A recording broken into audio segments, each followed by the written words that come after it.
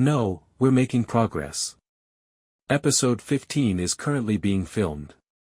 Next week, we will begin filming 16 out of 18. At this point, we'll wind up early in February. Many important characters are rearranged in this debut. Tim and Lucy are moving in together, giving Selena and Miles new roommates. In addition to Monica's return to town, we have a high-stakes new task for Gray. How can you tell when it's time to make such drastic changes to a long-running series like this? And why did you decide to slightly rearrange the pieces on the board at this particular moment? That's a fascinating query. You sort of just know, I believe. However, you can examine each season, and I firmly think that each season of The Rookie is unique. A portion of it comes from external sources. Naturally, for pragmatic reasons, strikes, pandemics, and other events had an impact on some of our narratives. It goes without saying that George Floyd's passing made us re-evaluate policing. Not that we hadn't previously, but it did make us focus on it, and I'm proud of the way we handled it. There are many factors that come into play, but I firmly think that the program needs to constantly reinvent itself in both major and minor ways to ensure that we never feel like we're just treading water.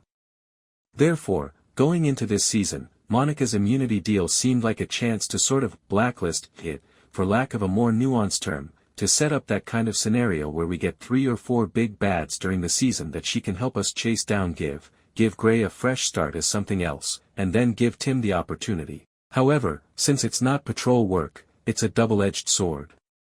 What is his opinion of that, then? All of our characters are being shaken up along the way. After years of will they won't they, it's notoriously difficult to pull off a prolonged they will, but you've put Lucy and Tim up for this hard-earned moment of stability that people have been longing for. What excites you, then, about following these individuals through a less turbulent and, as Tim described it, less toxic stage of their relationship? To be honest, I'm not afraid because there is still so much to tell and so many tales to share. They've earned their place this season, but I believe that makes room for some lighter plots and lighter antics, romantic comedies, if you will, which is really intriguing. Spoiler alert, this season, we will see Tim's mother. How does Lucy react to that situation, and how will she get along with the unseen mother? Because of all the other stories we were presenting, there are many opportunities to delve deeper into some topics that we simply haven't done previously. Therefore, I don't think I'm afraid of what happiness might entail. Because I believe it has nuance, just like every other relationship. Regarding Tim and Lucy's significant move, the rookie boss says, "I'm not scared of what happy might look like." The anticipated arrival of Tim's mother, Monica's immunity bargain, and rom-com stuff for #ChenFord are all hinted at by series creator Alexi Hawley. In the middle of Wilshire Note, there are spoilers from Season 8, Episode 1 of The Rookie in this story. Alexi Hawley, the creator of The Rookie, is not afraid of the moonlighting curse. The phrase, which takes its name from the 1980s show starring Bruce Willis and Cybill Shepherd, describes the decline that occasionally occurs after a show's will-they-won't-they couple ultimately makes things official.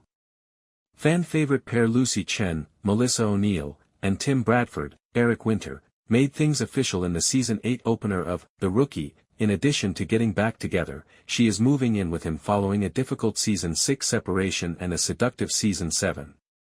Hawley is not concerned. Before the debut, the rookie boss told TheWrap, "There's just so much left, so many stories left to tell, honestly, that I'm not afraid." According to Hawley, their happy time together is well-deserved and paves the way for lighter storylines, and even some rom-com stuff in the upcoming season. This contains Tim's mother's much-anticipated introduction. How will Lucy get along with the mom that we haven't seen, and what does that dynamic do with her? Hawley inquired, hinting to a fascinating new development in their long-standing romance. In the first episode, Tim and Lucy weren't the only ones who had to deal with significant changes. Monica, Bridget Reagan, finds herself in a new struggle after securing her immunity deal and taking a brief trip to Prague with Nolan, Nathan Fillion, Nyla, Mikia Cox, and Bailey, Jenna Dewan. She is broke, stranded in Los Angeles, and working with the feds, which won't please her former criminal colleagues. Hawley told TheWrap, "She's burned a lot of bridges. As a result, she has become somewhat dependent on the generosity of those who were once her adversaries. According to Hawley, it also sets up the Mid-Wilshire Club to pursue multiple big bads over the season. A chance for Lieutenant Wade Gray, Richard T. Jones, to emerge from behind the watch commander's desk, which not only provides Hawley's character a fresh start, but also makes room for a new team member. See our complete conversation, which begins the new season, below. In it, Hawley discusses Tim's new fears as well as the reasons the writers decided against killing Monica. For clarity and duration, this interview has been modified. TheWrap midway through December, just before the Christmas season, we're catching up. How far along are you guys in Season 8 production? Are you in the thick of things or are you nearing the end? Yes, it's obvious that these devoted romances in your show don't frighten you. You have a good number of them. Do you and your staff really like writing about that? I've been married for 30 years, so I know a little something about it. Once more, steady relationships don't frighten me. I believe that the very act of two individuals attempting to work things out is inherently dramatic. And occasionally trying to build that friendship while in separate places without giving up on it. To be honest, I believe that in this day and age, when younger people seem to think it's nearly hard to meet or connect with anyone, or build connections with anyone, in part due to the poisonous nature of social media. Even though it's difficult, I'm trying to show couples who are navigating this and trying to be giving to one another. All the things that, in my opinion, create a great relationship don't have to be one note. I enjoy using the show to explore that because it's actually very difficult to traverse. In this episode, we also witness Tim experiencing a few moments of insecurity, which Lucy calls out.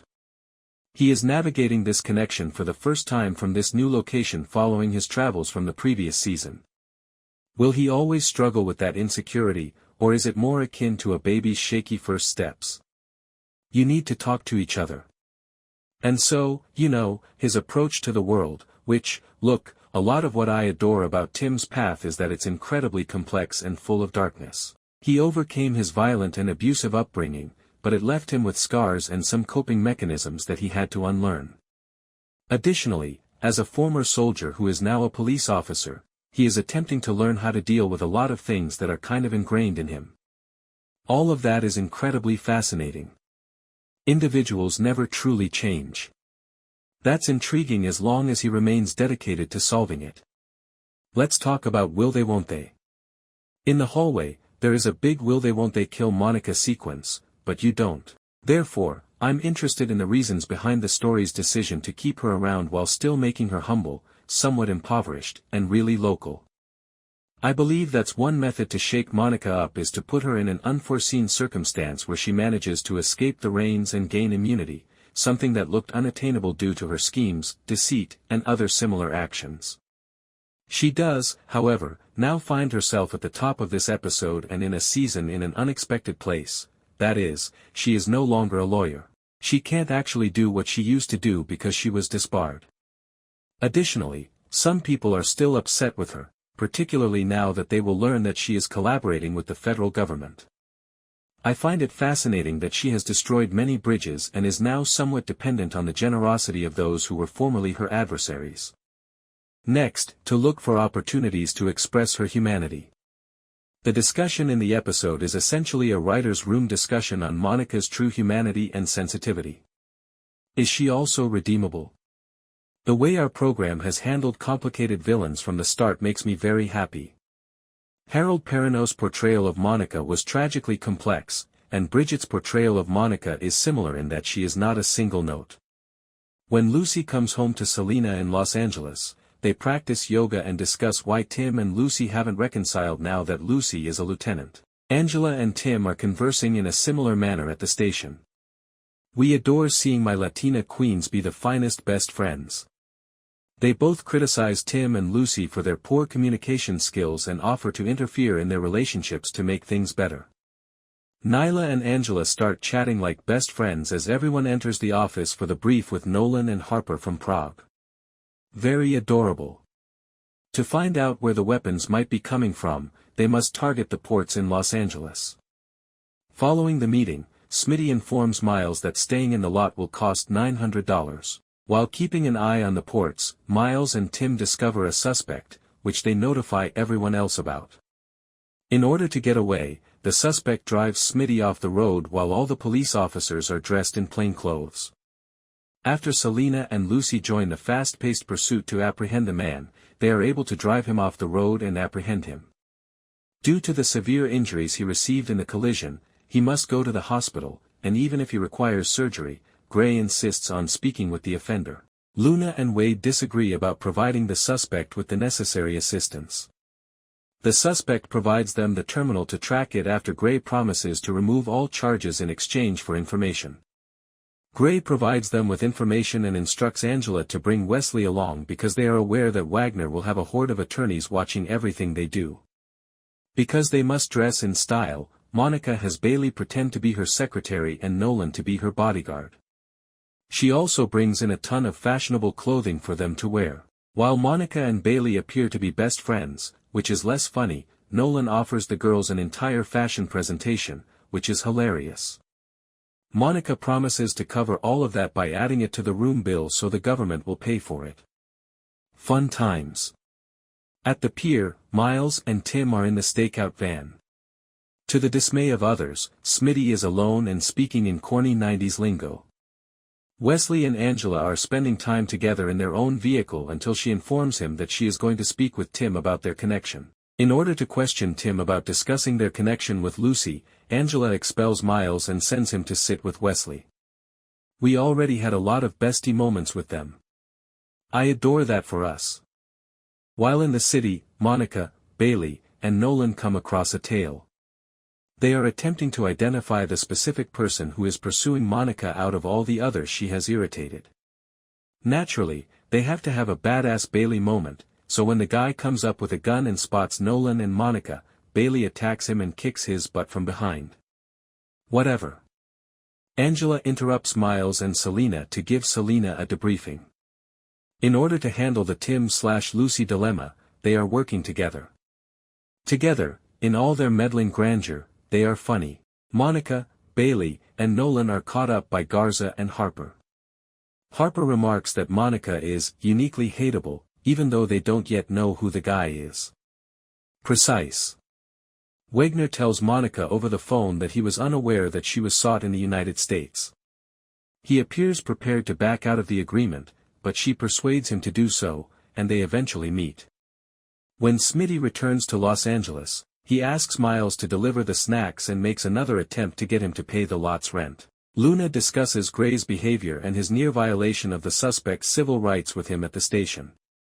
Luna's love for her new job and Gray's alleged inability to retire turn into a full-fledged quarrel. Gray believes that Luna's work is keeping her away from him, that they never get to see each other, and that she prioritizes her career over their relationship. The irony is, ugh. Why are Dad and Mom fighting? This is not to my liking. During the stakeout, Lucy clocks in for her shift and sits with Selina.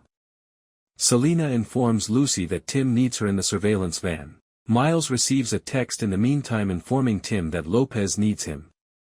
In the end, Chenford had a conversation in the center. Tim confesses his fear and apologizes to Lucy for not speaking to her for 3 days. Lucy promises him that his increased healing and decreased toxicity will be a turn-on. He tells her he loves her and they discuss how to make it work. He gives it back. He responds that he wants her to move in with him instead of asking her out when she asks him to do so. They kiss when he pledges to improve his communication skills, and she accepts. I don't care that everything happened so quickly. Chenford, let's go. Despite the large number of civilians, they meet with Wagner and discuss whether they can apprehend him there. Nolan takes the initiative. In the meantime, they also move in the port in Los Angeles. A shootout occurs, and although Lucy appears to have been hit by a bullet, she really twisted her knee. The scene is violent and maze-like.